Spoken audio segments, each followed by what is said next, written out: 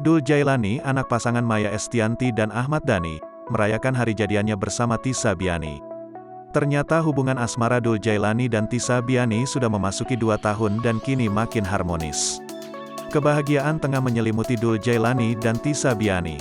Hubungan asmara antara Dul Jailani dan Tisa Biani kini memasuki tahun kedua. Melalui media sosial, mereka membagikan potret kebersamaannya. Tampak Dul Jailani dan Tisa Biani merayakan anniversary kedua mereka di dekat danau.